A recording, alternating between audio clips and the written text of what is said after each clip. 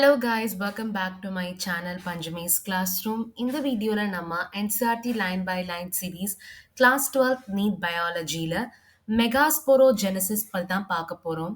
So மெகாஸ்போரோஜெனசிஸ் அப்படின்றது ஒரு process. எனக்கு மெகாஸ்போர்ஸ் வந்து ப்ராடக்டா வந்து கிடைக்கும். மைக்ரோஸ்போரோஜெனசிஸ் மாதிரியே தான்.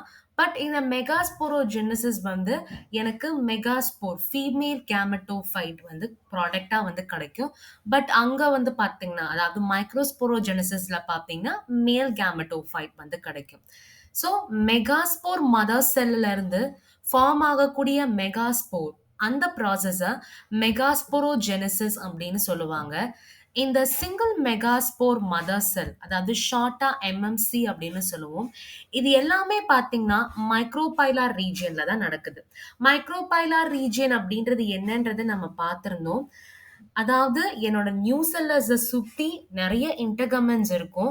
அந்த இன்டர்கமெண்ட்ஸ் லீவ் பண்ற ஒரு சின்ன ஓப்பனிங்கை தான் மைக்ரோபைல் அப்படின்னு சொல்றோம்.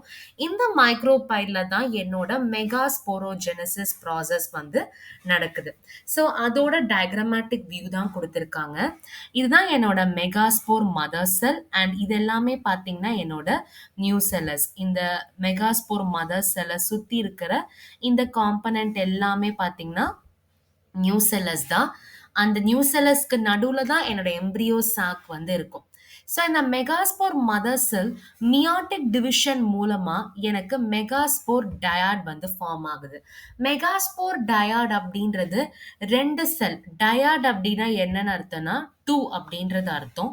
2 செல் வந்து எனக்கு ப்ராடக்டா வந்து கிடைக்கும் மியாட்டிக் டிவிஷன்ல. ஒண்ணு வந்து இதுதான் ஒரு செல் அண்ட் இது வந்து பார்த்தீங்கன்னா 2வது செல். அதனால 2 இருக்கிறதுனால மெகாஸ்போர் டயாட் அப்படின்னு சொல்றாங்க. நெக்ஸ்ட் இதுக்கப்புறமா ஒரு மியாட்டிக் டிவிஷன் நடக்கும்.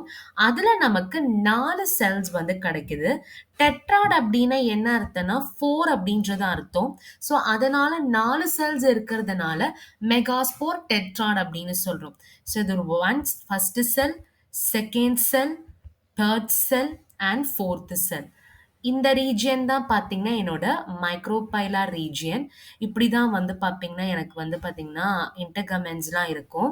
இந்த இடம் மட்டும் ஒரு ஓப்பனிங் மட்டும் இருக்கும். அதை விட்டுட்டு எனக்கு ஒரு ஓப்பனிங் மட்டும் இருக்கும். இந்த கேப், இந்த ஸ்மால் ஓப்பனிங் தான் மைக்ரோபைல் அப்படின்னு நம்ம சொல்றோம். ஓகே.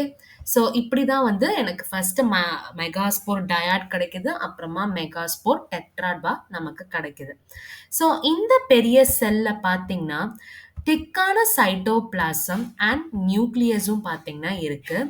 எனக்கு மொத்தம் 4 மெகாஸ்போர் கிடைக்குது. இது எல்லாமே மியாட்டிக் செல் டிவிஷன் மூலமா தான் எனக்கு கிடைக்கும். ஸோ என்னோட மெகாஸ்போர் மதர் செல் மியாட்டிக் டிவிஷன் மூலமா மெகாஸ்போர் டயாடா கிடைக்குது.